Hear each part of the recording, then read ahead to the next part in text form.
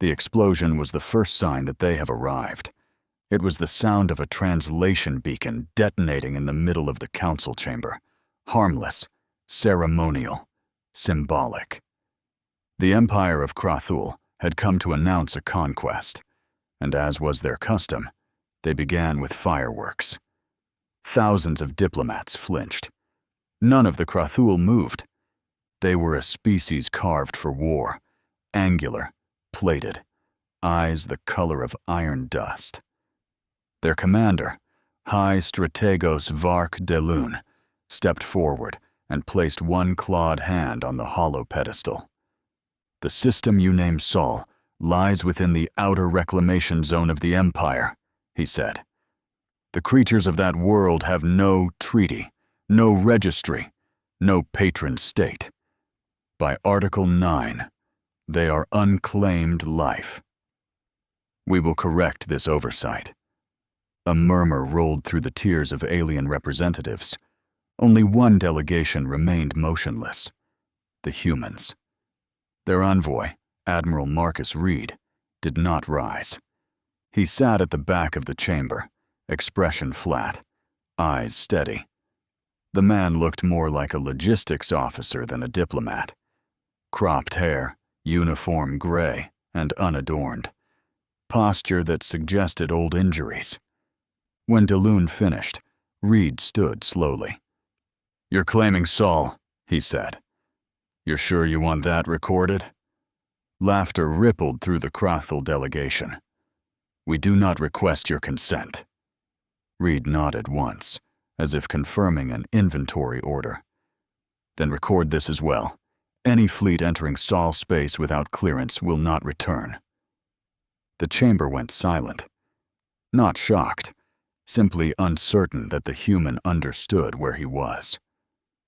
Archmediator Velithar, the translucent elder who chaired the council, tried to smooth the moment.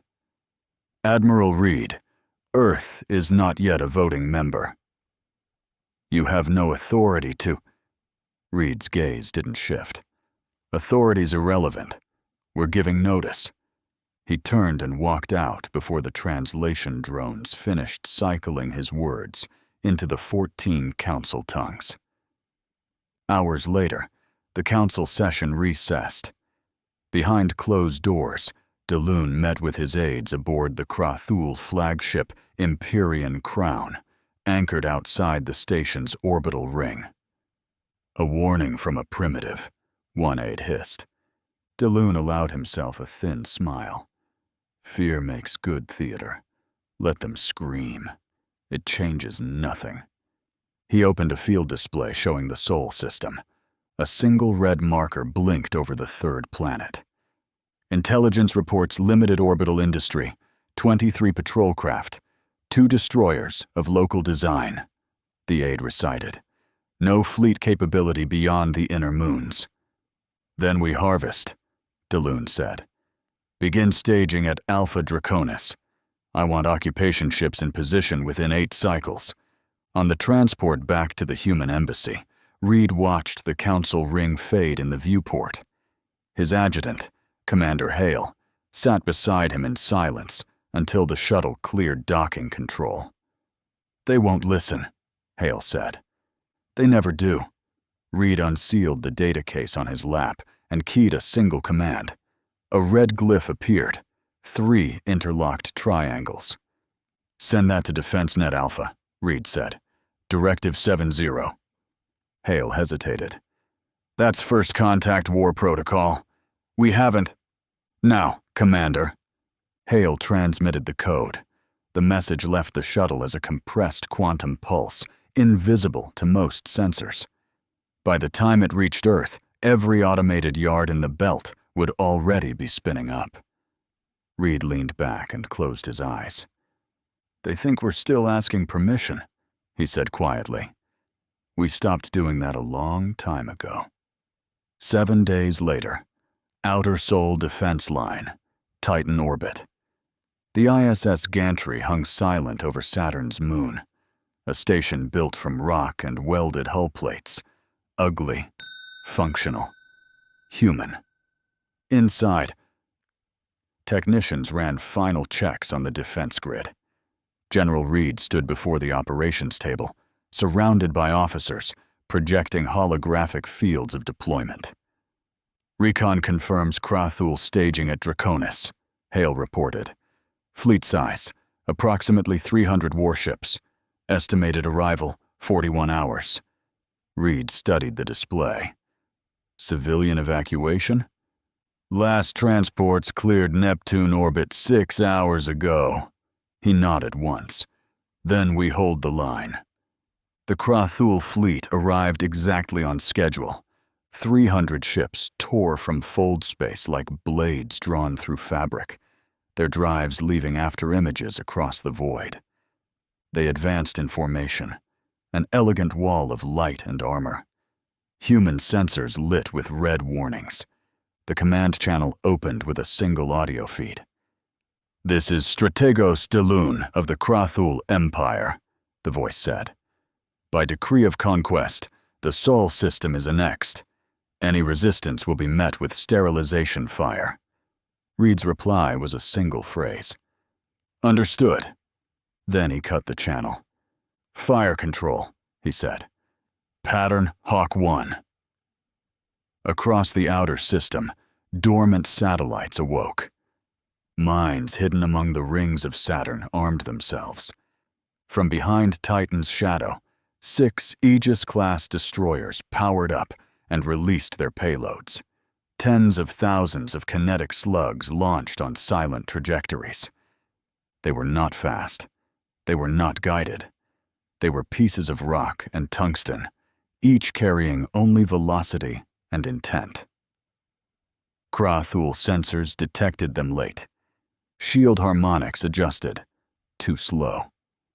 The first wave tore through the vanguard. Half a dozen ships vanished from every instrument, shredded by impacts measured in gigatons. The aliens tried to reposition. That was when the human destroyers fired again, this time from different vectors. Every move they made was predicted, calculated, mirrored. Reed watched the tactical display. "They'll adapt within minutes." Hale looked at him. "And when they do..." "Then we adapt faster."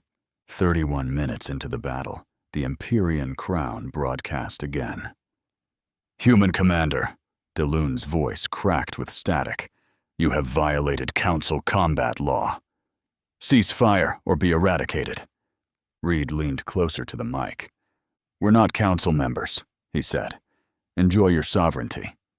He cut transmission and gave the final order. "Activate curtain protocol!"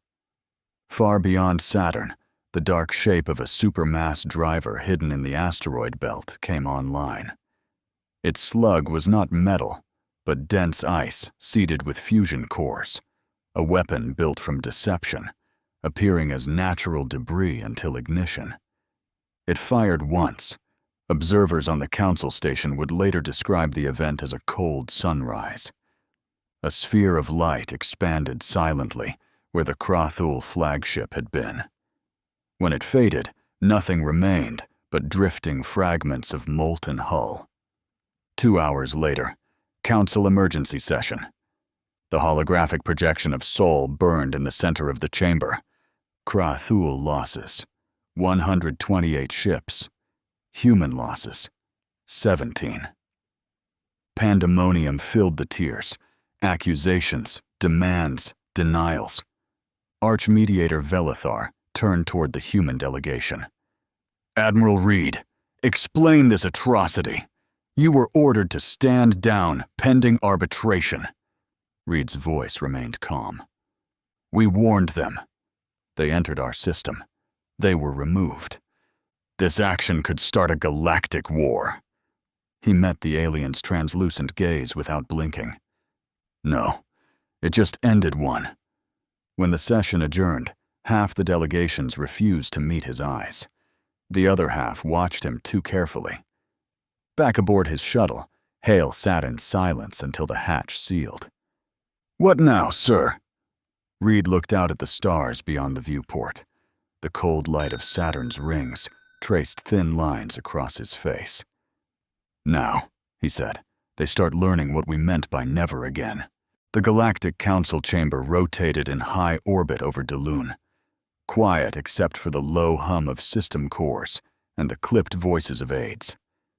For the first time in 5 cycles, Earth's seat was empty. 1,000 voices wanted to speak. None moved. The image still hung suspended in the center of the dome, scattered footage from multiple Vraxian frontier systems, burned-out relays, disabled warships, a shipyard reduced to a ring of magnetic dust. No civilians targeted, no populations harmed. And yet, the strikes had been surgical in their cruelty, logistics erased, response crippled.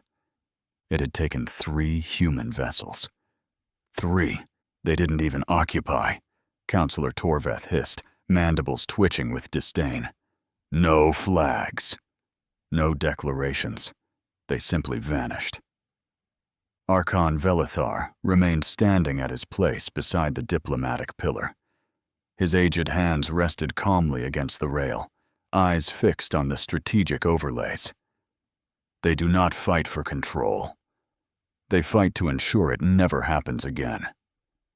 Semantics, snapped Prelate Thunvesk of the Kravel Combine. These are offensive actions. Coordinated strikes across multiple sectors. Military escalation on foreign soil.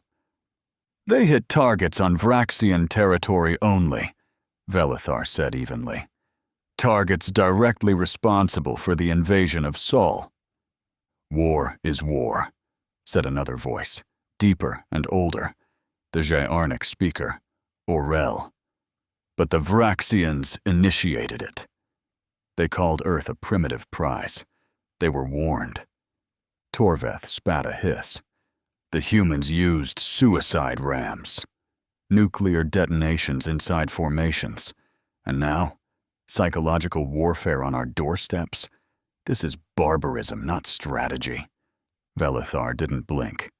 Perhaps. But it is effective. Around the chamber, more representatives stirred.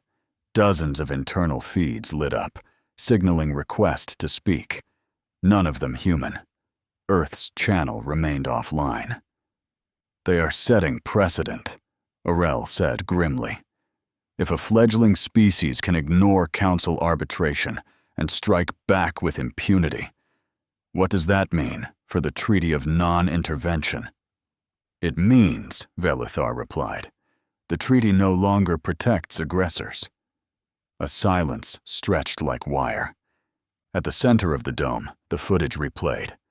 One human strike ship disabling a Vraxian dreadnought with pinpoint kinetic strikes to its main thermal sinks.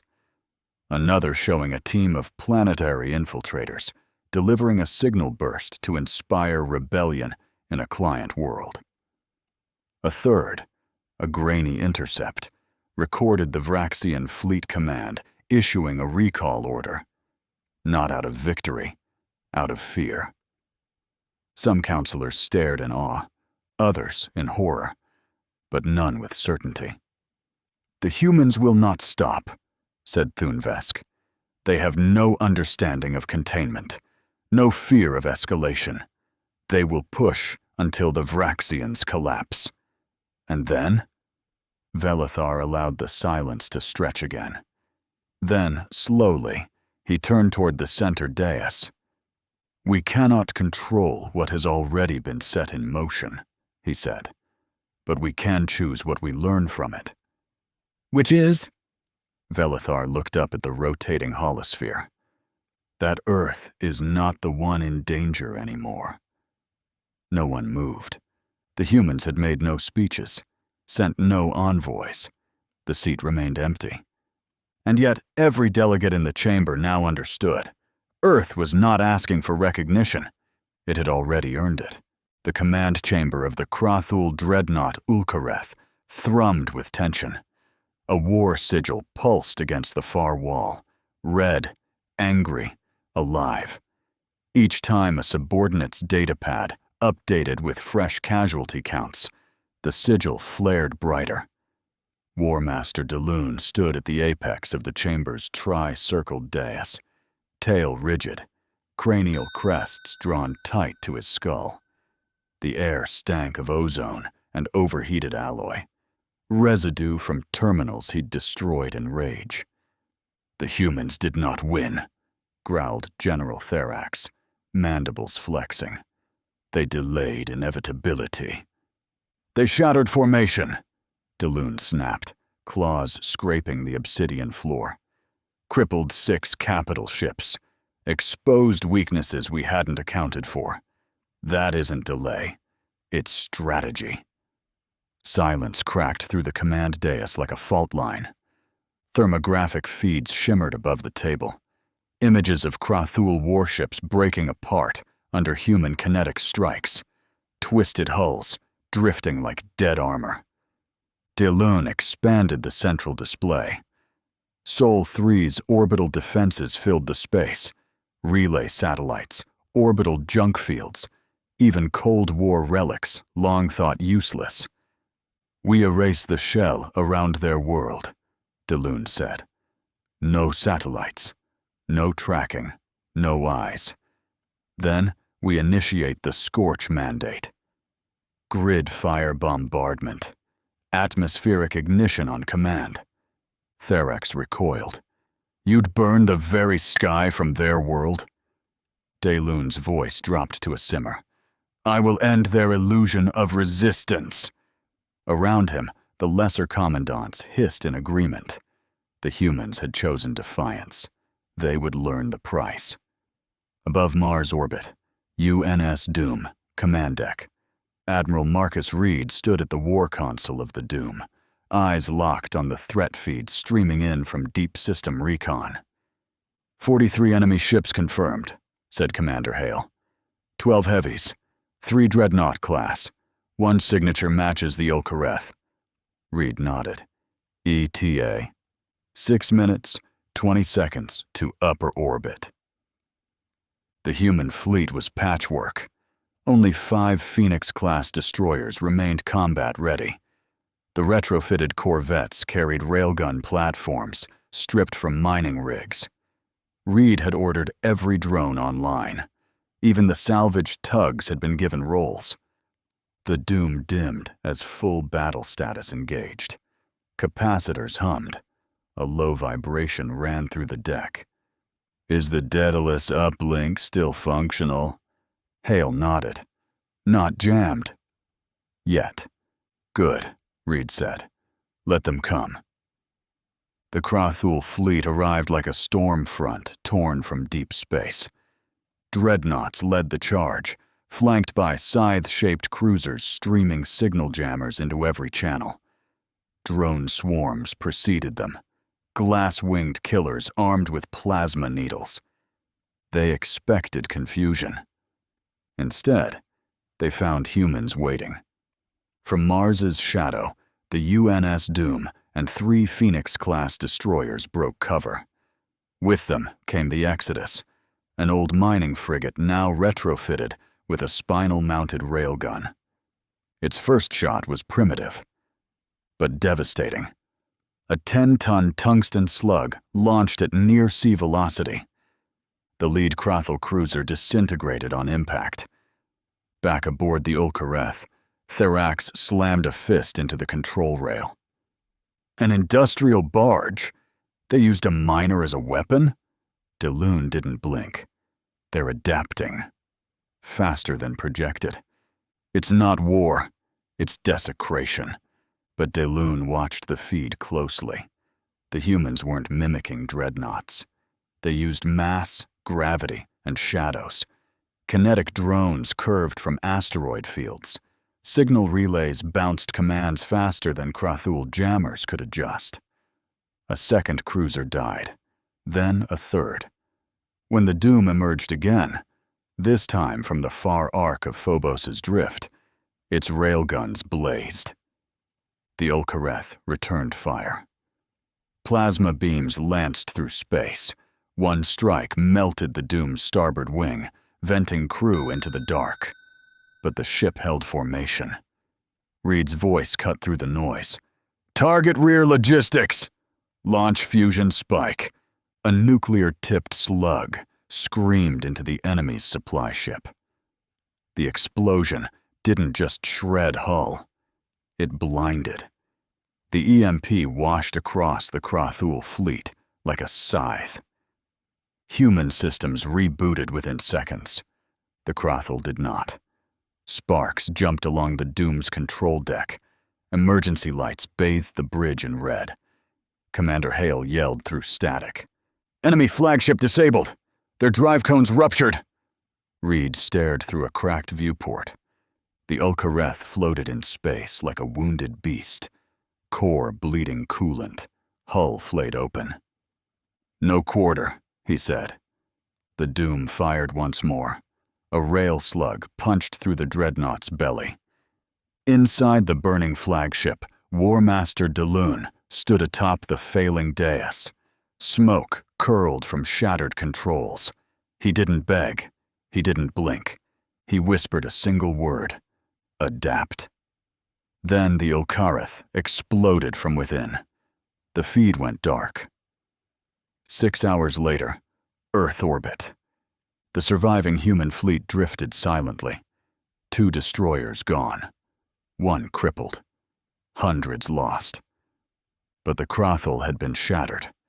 Outside the Doom's medbay, Reed watched Earth's northern lights flicker across the hemisphere. Hale stepped up beside him. "No message from them this time." "No," Reed said. "They thought they'd already won." "And now?" Reed's eyes didn't leave the stars. "Now they understand what a warning actually looks like." Across Council space, footage spread like wildfire. Krathul wreckage drifting over Earth. Council delegates debated. Some demanded sanctions. Others opened private channels. A few simply watched in silence. The Terrans weren't just surviving. They were evolving. And they were only getting started. The Council chamber was colder than usual. Not physically. Climate regulation aboard the ring station never faltered. But in the unspoken tension, holos flared to life, projecting the shattered Krathul fleet over Sol like a wound in space. Councillor Torveth of the Chictari clicked his mandibles in irritation. "We cannot pretend this is isolated. Earth's response was disproportionate." "Disproportionate," growled Councillor Threx of the Veran, his slitted eyes narrowing under a scaled brow. "They answered a war fleet with precision. Had they vaporized a moon, perhaps then, we might discuss proportionality." Low murmurs rippled through the chamber. In the Krathul delegate space, Supreme Marshal Korak remained still. He had replaced War Master Delune, now presumed dead. His 4 clawed hands gripped the edge of the stone platform. He had not spoken since arrival. The human seat remained lit, unoccupied. That silence, more than any Krathul threat, gnawed at the assembly. Prelate Thun Vesk of the Kravel Combine spoke, voice hard with ritual certainty. "If Earth continues unchecked, they may destabilize this entire quadrant. We must impose sanctions, freeze their trade access, restrict their wormhole usage." "Fools," Threx interrupted, low and sharp. "You think trade matters to them? They're not here to negotiate. Their silence is louder than any threat." He stepped down, cold-blooded eyes passing over the gathered species. "They fight like those who expect extinction. You can't sanction a species like that. You can only avoid being next." No one spoke again until the chamber lights dimmed. One by one, races began recalculating allegiances. Far from the Council chambers, Earth moved without fanfare. The orbital dry dock above the planet cast long shadows as Phoenix-class destroyers rotated into position. Each vessel bore fresh scarring from Sol's defense. None had been repainted. On the command deck of the UNS Doom, Admiral Marcus Reed stood behind the helm crew. hands clasped behind his back. His face remained unreadable. "Confirm launch windows," he ordered. "Confirmed. Black Sun corvettes have already departed lunar orbit. Saboteurs en route to Objective Theta. Local interference minimal," said Commander Hale, standing beside him. Reed's jaw tensed. "No broadcast. No warning. Execute." In the darkness beyond Mars's orbit, 3 cloaked Black Sun-class vessels glided toward a Krathul fuel relay. It orbited a barren planetoid inside disputed space, protected by overlapping sensor nets and a picket squadron. The lead ship, Shadow Edge, aligned its hull. From a dorsal port, a mechanical tongue extended, coated with prism-laced refraction panels, blending with surrounding radiation signatures. 10 seconds later, the fuel depot's core detonated from within. The rupture painted the planetoid's surface with liquid fire, bleeding violet fumes into vacuum. No alarms, no escape pods, no survivors. Another vector, a data node broadcasting hyperspace fleet telemetry for the Krathul Outer Rim Command. The shadow veil, undetected, drifted within 200 kilometers. Its saboteurs deployed. 3 minutes. The relay's data core fried from internal surge charges. Coded viruses mimicking routine maintenance checks triggered a cascade that slagged every processor. Silence followed. The outer fleets went blind. Final operation. A suborbital tether station near Kelran 3, key to resupplying Krathul heavy cruisers en route to the Sol campaign. Corvettes planted electromagnetic suppressors. Artificial orbital drift was induced. 20 hours later, the entire supply rig collapsed into the upper atmosphere, incinerating millions of tons of fuel and munitions. No human message followed.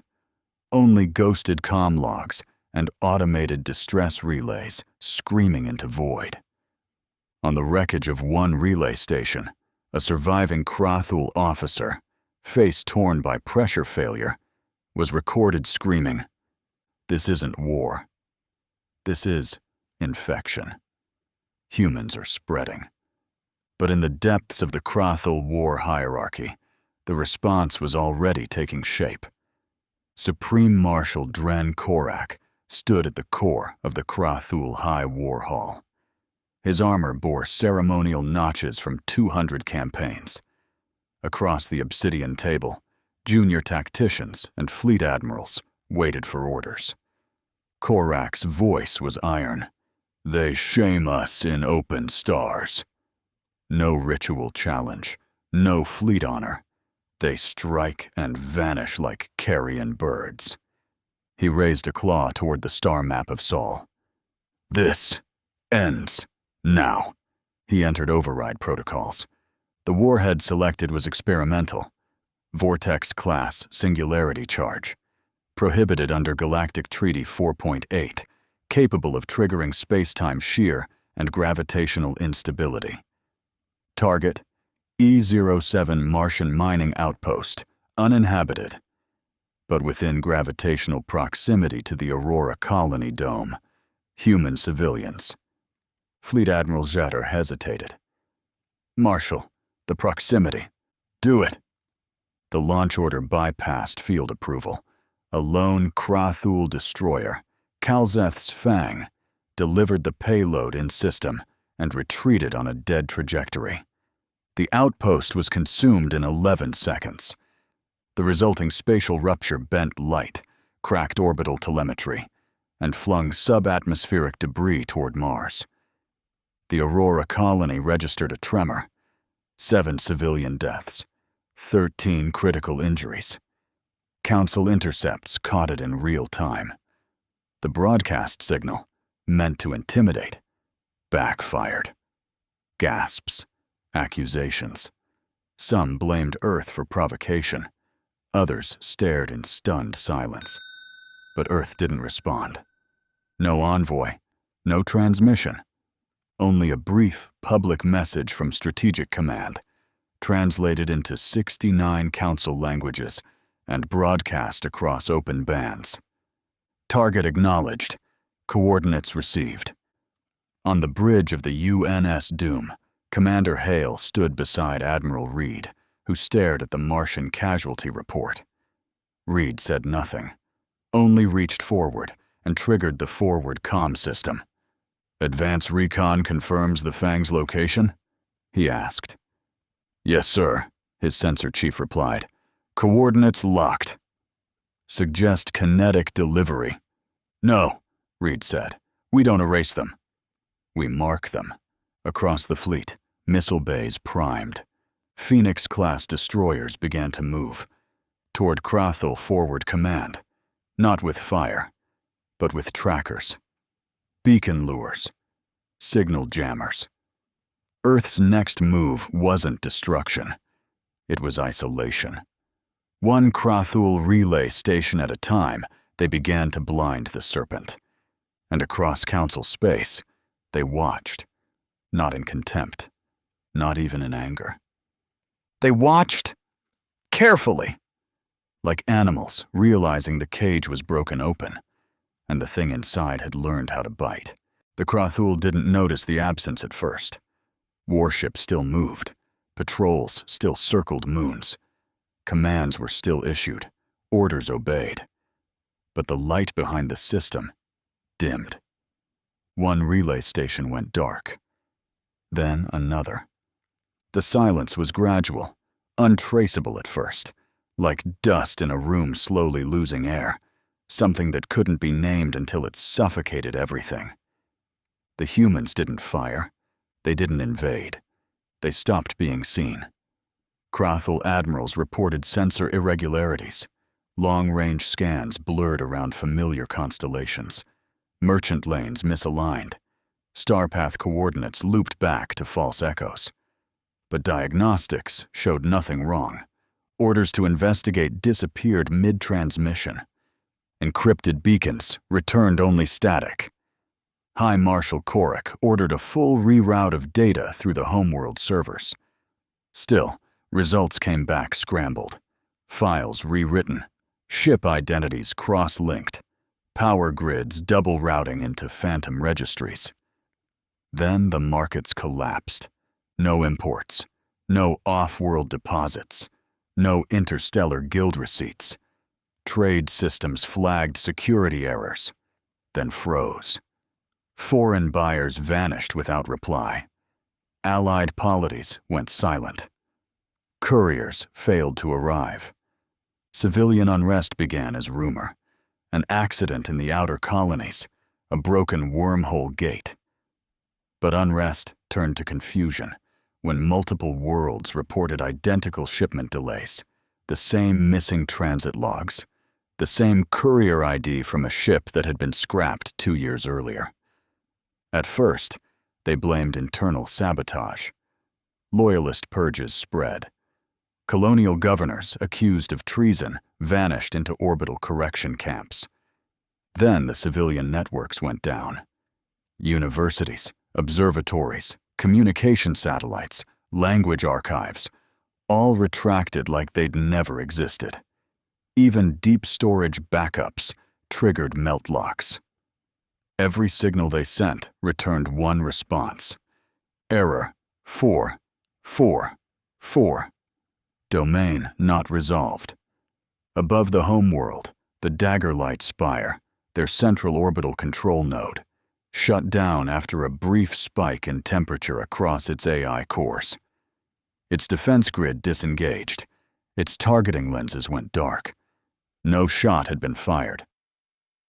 No enemy vessel had appeared on sensors. And still, the Empire was unraveling.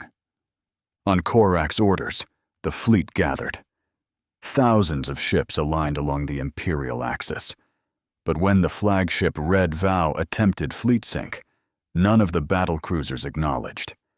Each reported the same error: primary network unreachable. The virus, if it could even be called that, was never detected. It wasn't code. It was infrastructure. It lived inside the echo of every signal tower the Crothel had failed to scan before transmission. It whispered across wavelengths long thought obsolete. It mapped itself to every reused diagnostic loop, every cold backup interface, every lazy relay system the Crothel had assumed was their own. The humans hadn't infected their systems. They had overwritten the idea of a system. What remained were ships that couldn't navigate, colonies that couldn't resupply, leaders who couldn't speak, planets that couldn't coordinate. There was no invasion, no declaration, just abandonment. Supreme Marshal Korak stood at the council dais, forearms clenched to the platform edge, eyes flicking over the endless silence flowing from his homeworld. No messages, no acknowledgements, no explanation.